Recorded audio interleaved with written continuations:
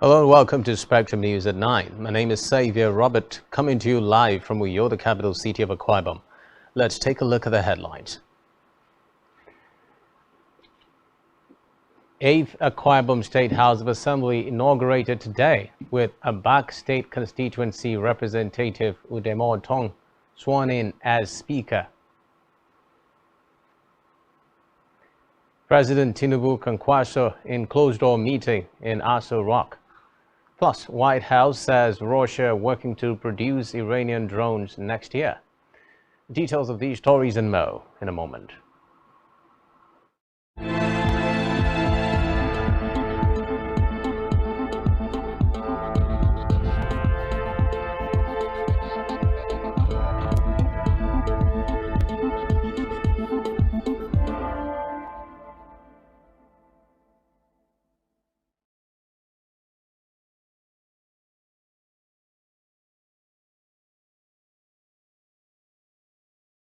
We begin tonight in Akwa Ibom, where the 13th Speaker of the House of Assembly, Udemo Tong, who represents Abak State constituency, has assured Akwa Ibom people of the commitment of the model of national development.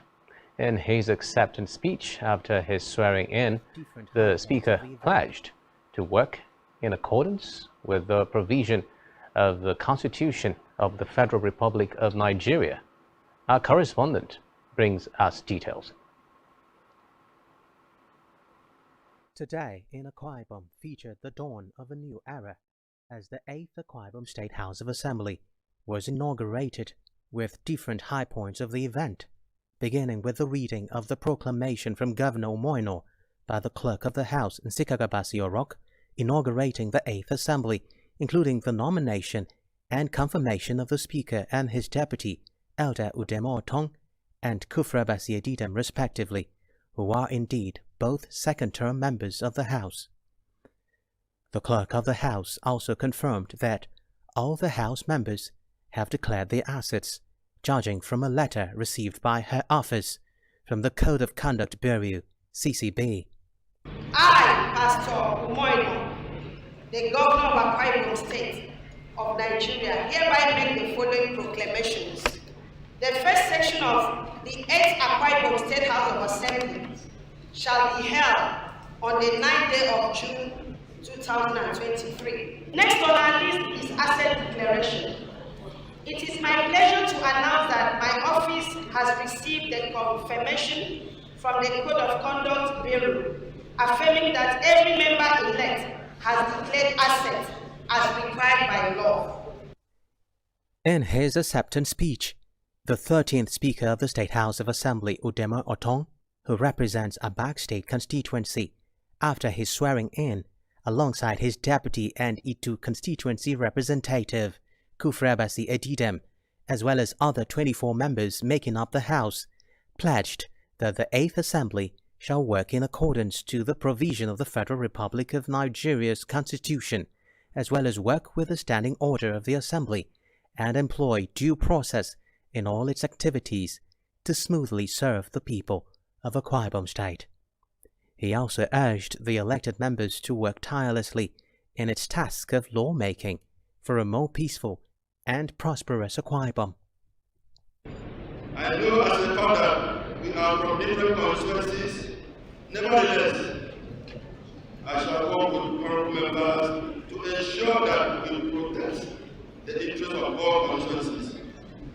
Permit me to add that under my watch, Akwa Ibom shall be one big constituency, where each and every member shall work for the ultimate good of the state.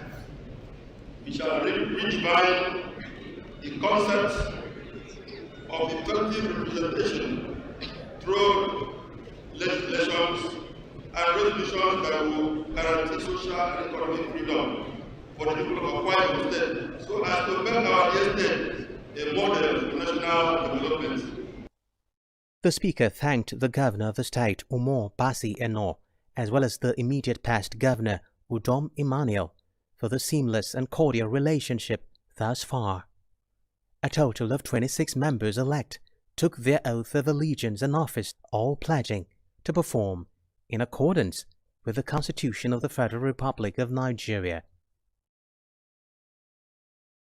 And while swiftly following the inauguration of the 8th Assembly, Akwa Ibom State Governor Pastor Moino and the new Speaker of the Akwa Ibom State House of Assembly, Elder Udeme Otong, pledged to collaborate and work in unity for the development of the state. They spoke shortly after the governor and the new leadership and members of the State House of Assembly met at the Government House, Uyo. Governor Eno, who congratulated the new leadership of the House, said the executive and legislative arms of government would work as a family in the interest of the state. Also speaking, the Speaker of the State Legislature and member representing a back state constituency, Udeme Otong, pledged the readiness of the 8th Assembly to work with the executive to ensure the success of the Arise agenda of Governor Umoino's administration. Government House correspondent Jane Owa reports that the Deputy Governor, Senator Akune Yaginyi, Secretary to the State Government, Prince Enobonwa, party leaders, as well as all members of the 8th Assembly, attended the meeting. In a related development, Akwa Ibomites have reacted to today's inauguration of the 8th State Assembly, calling on all elected lawmakers to positively repay the trust reposed in them by their constituents by offering impeccable representation. Speaking with Planet News and Spectrum TV, respondents at the event commended the new era within the Akwa Ibom State Legislative Wing. And this is just as they expressed hope in the crop of elected lawmakers.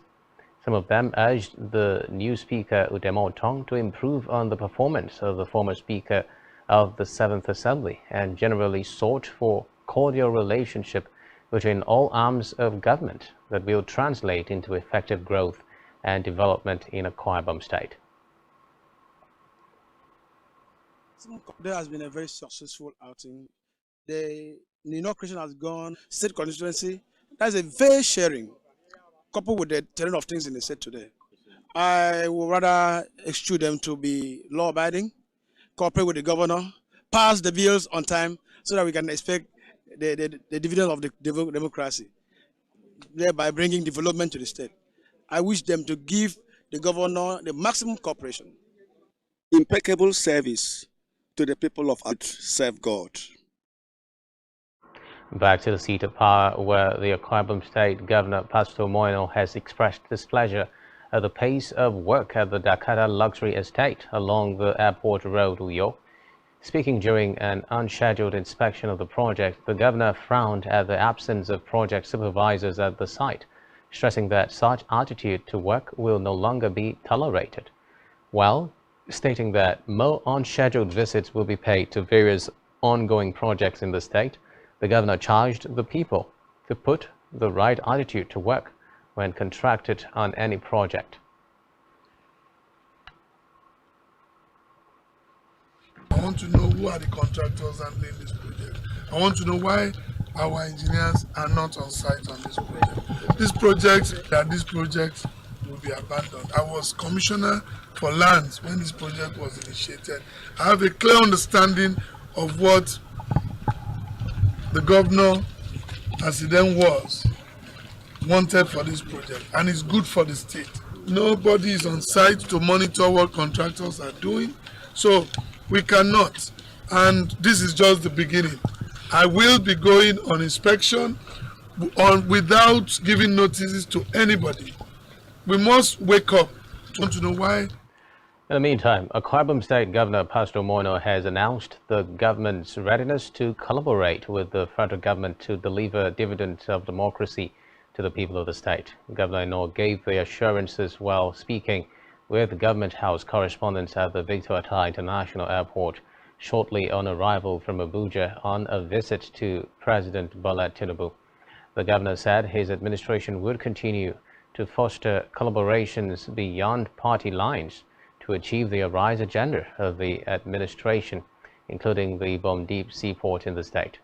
Governor Eno also disclosed that he had interfaced with members of the National Assembly from the state, where he pledged to work with them to push the interest of the state.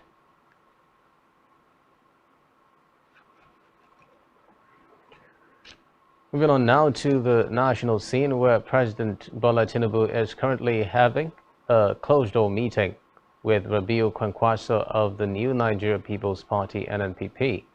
Kwankwaso, a former Minister of Defense, has been a close ally of Tinubu, who has variously described the incumbent president as a strategist. It would be recalled that the immediate past governor of Kano State, Abdullahi Ganduje, served under Kwankwaso as deputy governor before succeeding him, but both men later fell out over some political differences. Biodun Oladunjoye, Director of Information to the President Tinubu, speaking at an interactive session with the royal fathers under the aegis of National Council of Traditional Rulers of Nigeria, informed them of the decision of his government to remove fuel subsidy, improve security, create jobs, and sustain the environment, as well as the forthcoming election of principal officers of the 10th National Assembly. Responding to issues raised by the traditional rulers on challenges facing the country, the president assured them not to worry, that the country is in for which various speakers at the meeting expressed support.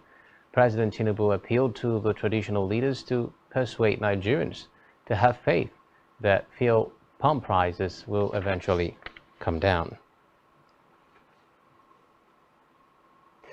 In the meantime, President Tinubu has assented to a constitutional amendment bill bringing uniformity to the retirement age and pension rights. Constitutional amendment bill, retirement age and pension rights of judicial officers have been effectively brought into uniformity and other related matters.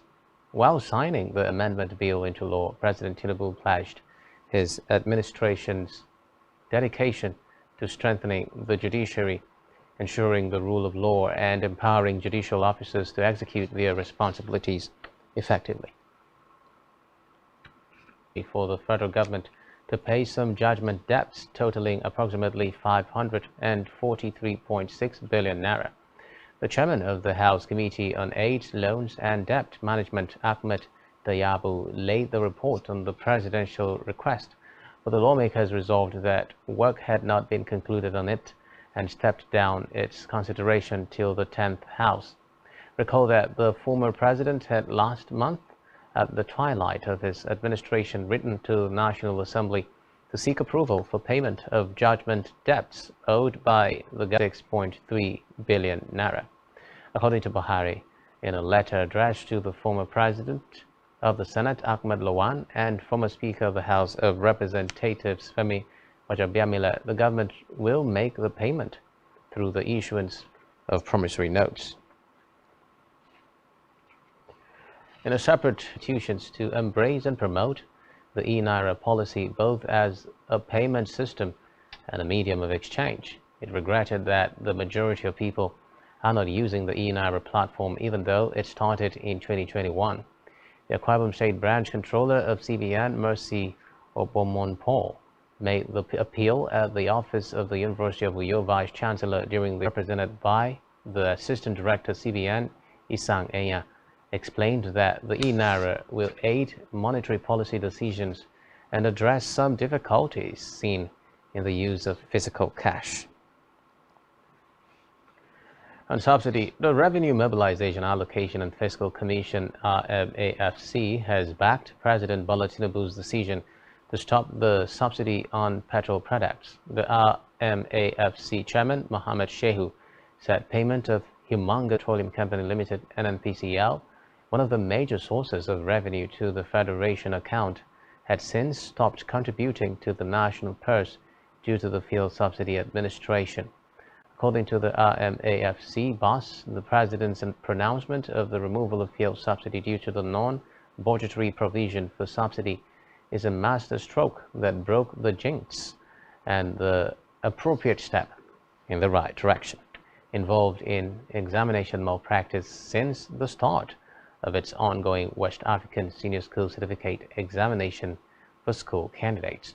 The head of the National Office of Counsel, Patrick Aragon, disclosed this on the sidelines of a monitoring exercise he carried out in some schools in Lagos. He also said that no fewer than 20. Aragon added that the council had compiled the number of arrests made all over the country so far and would ensure justice was served. Still in education, the National Universities Commission (NUC) has presented provisional licenses to the newly established 37 universities approved by the Federal Executive Council (FEC) on May 15. Executive Secretary NUC Professor Abubakar Rashid, at the presentation of the provisional licenses to the universities, pegged the number of private universities in the country at 147. Rashid, who said the country now had 264 universities, said investment in tertiary education was a prerequisite for human capital development in the country. He added that access to university education remained a challenge due to the high demand and increasing number of secondary school leavers. Meanwhile, members of the Academic Staff Union of Polytechnic ASUP of the Rufus Giwa Polytechnic, Owo, Ondo State, have passed a resolution to begin in the institution's first semester examination, which begins next week. The resolution was reached after Rupigo's ASUP Congress held last week, Thursday. A communique after the Congress of the strike action on June 13, 2023.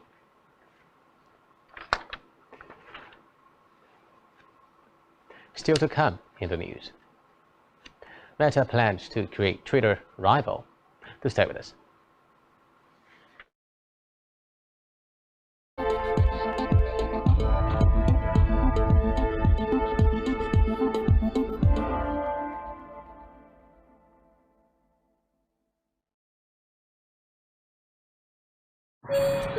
Your attention, please. Uyo, listen up. Igbo Air is turning 4, and we are turning up. With a first of its kind drive-in cinema featuring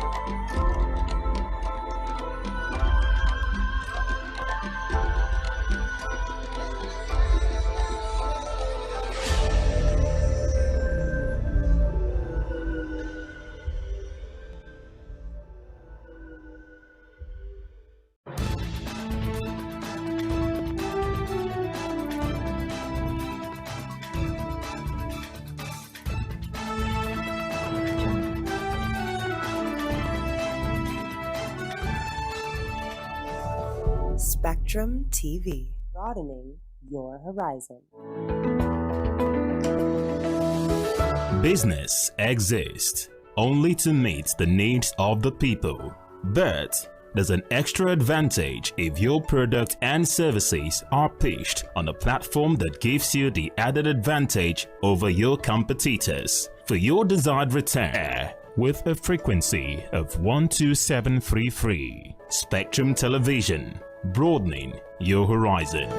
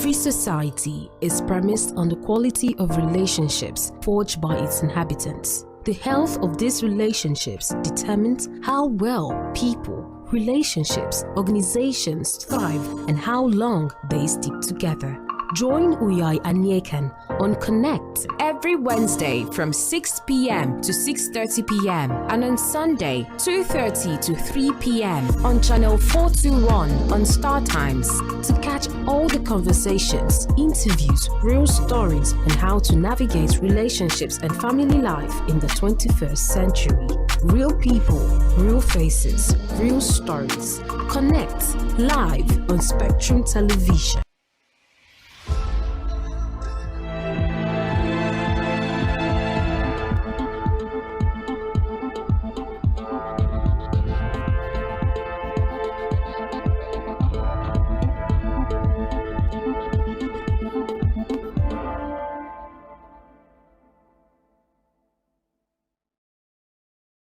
Tuned. We're moving now to Africa, where the UN's World Food Programme WFP says it is suspending some food aid to Ethiopia while it addresses worries that donations are being diverted from those in need. It will continue to help the most vulnerable, such as children and new mothers, and welcomed what it called the Ethiopia. It had uncovered a campaign to divert assistance. It did not say who was behind it. Meanwhile, donors have heard allegations that Ethiopian government entities were the orchestrators and military units the beneficiaries. Reports say more than 20 million people in Ethiopia need food aid because of drought and the recent war in the Tigray region. So in Africa, the Sudanese government has declared that the UN envoy to the country, Volker Perthes, is unwelcome in Sudan. The Ministry of Foreign Affairs said in a statement that the government of the Republic of Sudan has notified the Secretary General of the United Nations of the declaration on Perthes. Reports say the head of the Sudanese Armed Forces and Sudan's de facto leader, General Abdel Fattah al-Burhan, recently accused Perthes and the warring military factions in Sudan. The Saudi Foreign Ministry said the Sudanese army and its paramilitary rivals had agreed a 24-hour truce that is due to begin on Saturday.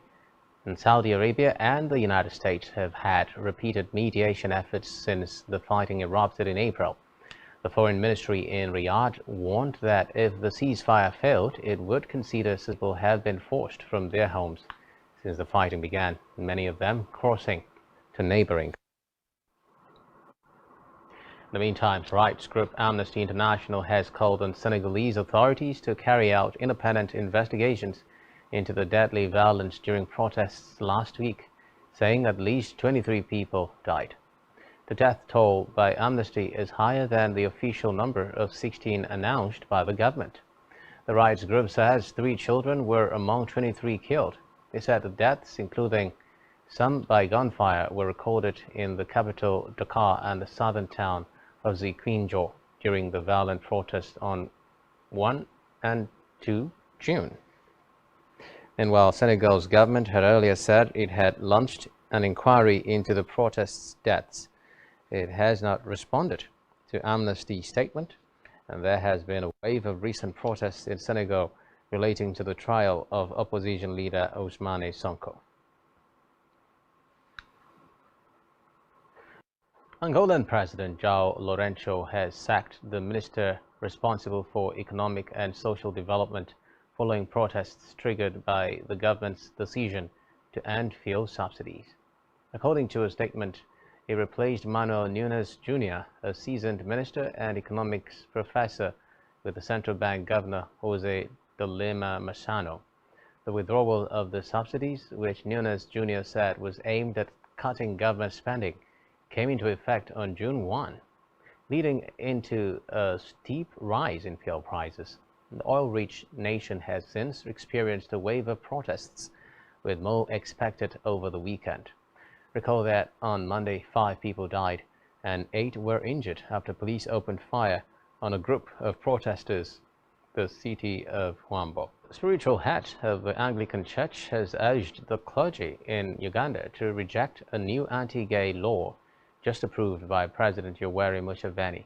The Archbishop of Canterbury, Justin Welby, said there was no justification for Anglicans to support legislation that went against Christ. His grief and dismay that the Church has supported the law.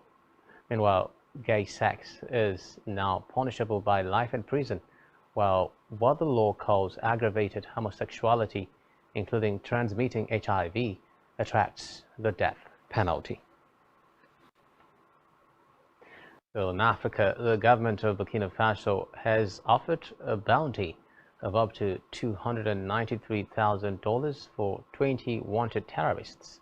It would be recalled that in planning or carrying out terrorist acts in the Sahel country. According to French public broadcaster RFI, several people on the list were already included in a previous notice published a year ago by the army. Meanwhile, an 8-year Islamist insurgency has reportedly killed more than 14,000 people and displaced over 2 million in Faso. In the meantime, the biggest ruby ever to come to auction has been sold in New York for a record sum of just under $35 million. The stone, a whopping 55.22 carats, was discovered last year in a mine in Mozambique. Sotheby's, who auctioned the gem, described it as a once-in-a-lifetime jewel. The same auction also saw stone is sold for $35 million. Moving on now to the foreign scene, where French President Emmanuel Macron has visited the hospital where preschool children who were wounded in a knife attack in the Alpine town of Annecy were being treated. 4 children and 2 adults were injured in the attack by a Syrian refugee. The president said that their conditions were improving. Macron and his wife Brigitte arrived in the southeastern city of Grenoble, where 3 of the 4 injured children were being treated for wounds sustained in Thursday's knife attack at a public park in Annecy. The French president also visited those who contributed in helping and supporting them, including a young Catholic pilgrim who came face to face with the assailant. Speaking to a group of local officials and victims of the attack who had been discharged from hospital at the Annecy town hall today, Macron hailed the courage and quick response of emergency workers. He also said he had heard positive news on the condition of the wounded children after visiting the Grenoble University Hospital. Still on the foreign scene, where the White House released a satellite image of the location of the prospective plant in the Alabuga Special Economic Zone, some 900 kilometers east of Moscow. The White House said it would release a new government advisory to assist businesses and governments to ensure they are not in, as well as related equipment from Iran to aid Moscow's invasion of Ukraine. According to U.S. data, the drones are built in Iran, shipped across the Caspian Sea, and then used operationally by Russian forces against Ukraine. In the meantime, Japan enacted an immigration law today, allowing the government to deport failed asylum seekers despite pushback from opposition parties and rights groups. Until the revised legislation was passed, applicants could stay in Japan during the decision process, regardless of the number of attempts they made to secure refugee status. Now they can be deported after 3 rejections. According to Justice Mr. Ken Saito, the revised law will protect those who must be protected while strictly dealing with people who have violated rules. In the meantime, the head of the Kherson Region Military Administration, Alexan Dr. Prokudin, has said that water levels in the flooded area of the Kherson region have dropped overnight.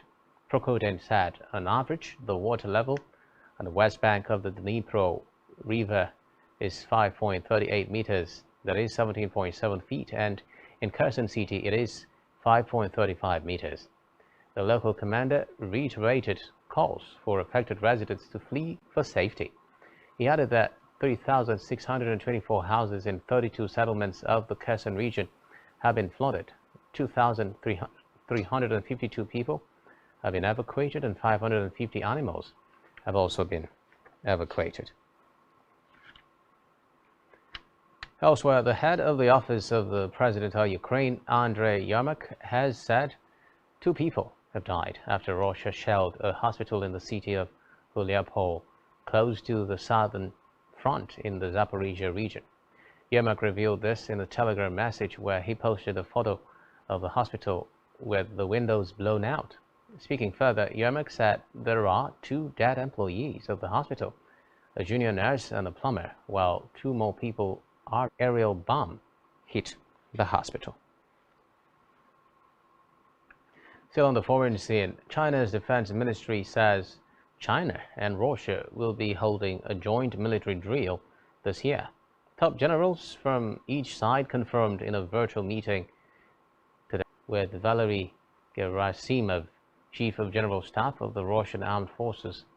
According to the Defense Ministry, the meeting was held to exchange views on implementing the consensus of the 2 heads of state and deepening cooperation between the 2 armies. Recall that on June 6, China and Russia held joint Air Force drills over the sea. Let's talk market stories. Here is Blessing Dixon.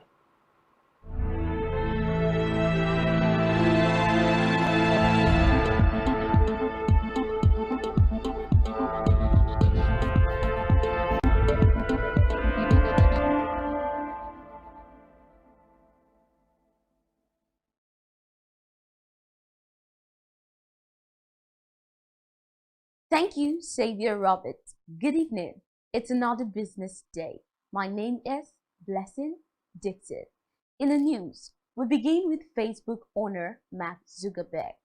Facebook owner Meta, according to reports, it could allow users to follow accounts they already follow on Instagram, and it could potentially allow them to bring over followers from decentralized platforms such as Mastodon. The text-based network, which has a working title of P92, could turn out to be a greater rival to Elon Musk's Twitter than either Blue Sky or Mastodon. Under Mr. Musk, Twitter's moderation has reportedly been reduced, which critics say allows an increase in the spread of disinformation. Canada's economy. The unemployment rate in Canada rose to 5.2% in May after remaining at 5% for the 5 previous months, suggesting the labor market is cooling.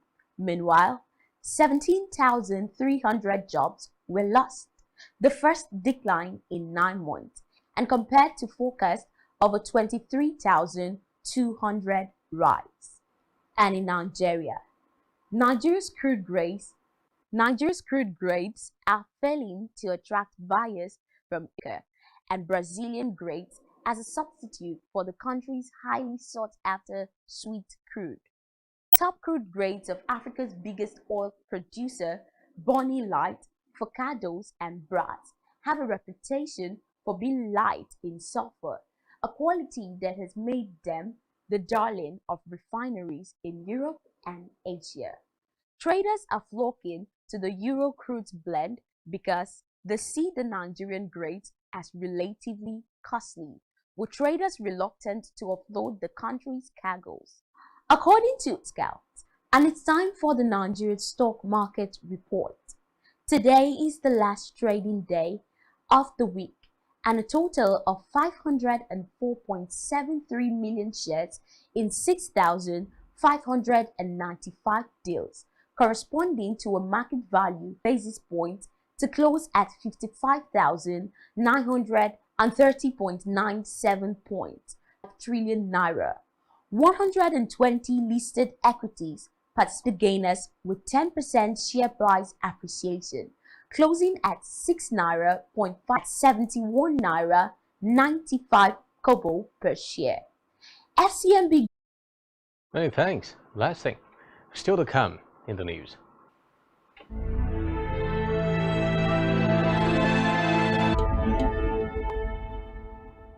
Now in health, the Nigerian Society of Neurological Sciences NSN tax its own tissues and destroy the Alzheimer's awareness in 2,800, stressing that science and health, a senior lecturer at the Department of Obstetrics and Gynecology, warning that it can lead to life-threatening complications in babies. Gynecologists at 50 noted that gonorrhea has, speaking in an interview with common symptom for the unveiling of this year's Ballon d'Or nominees.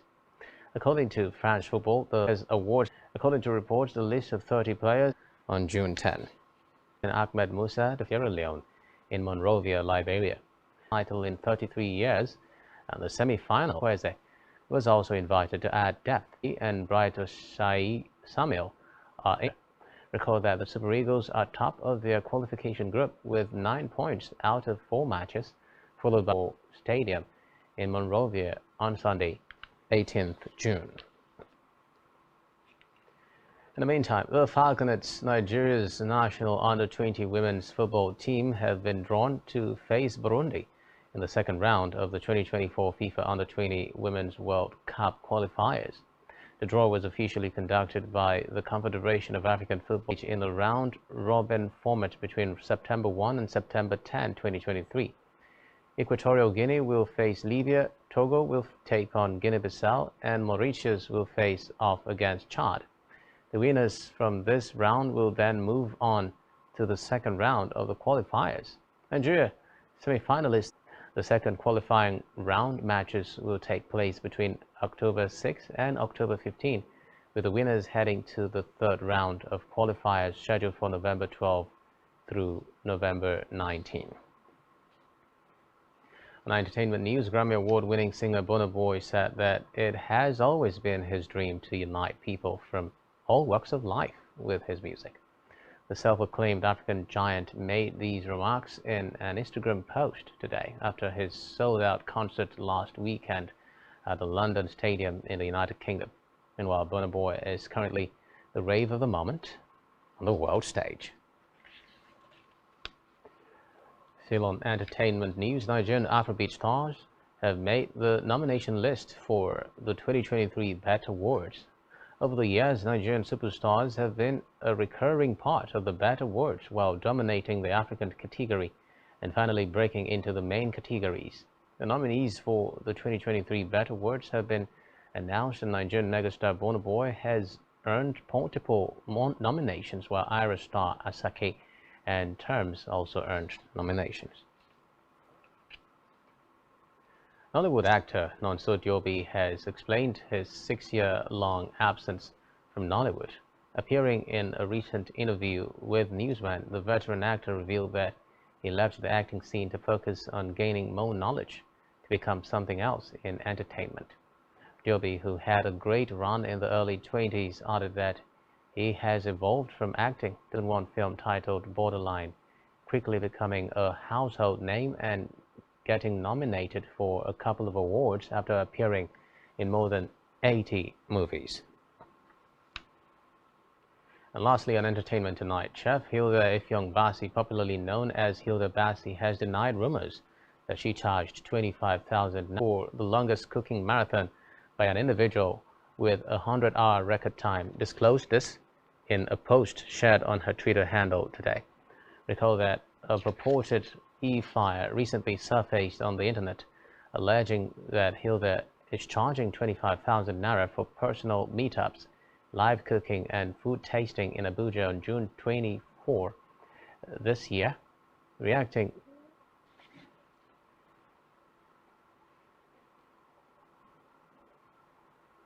and that's all we have for you at this time. Do ensure to follow us on social media and subscribe to a YouTube channel, all of which you can find on our website, spectrumtv.ng.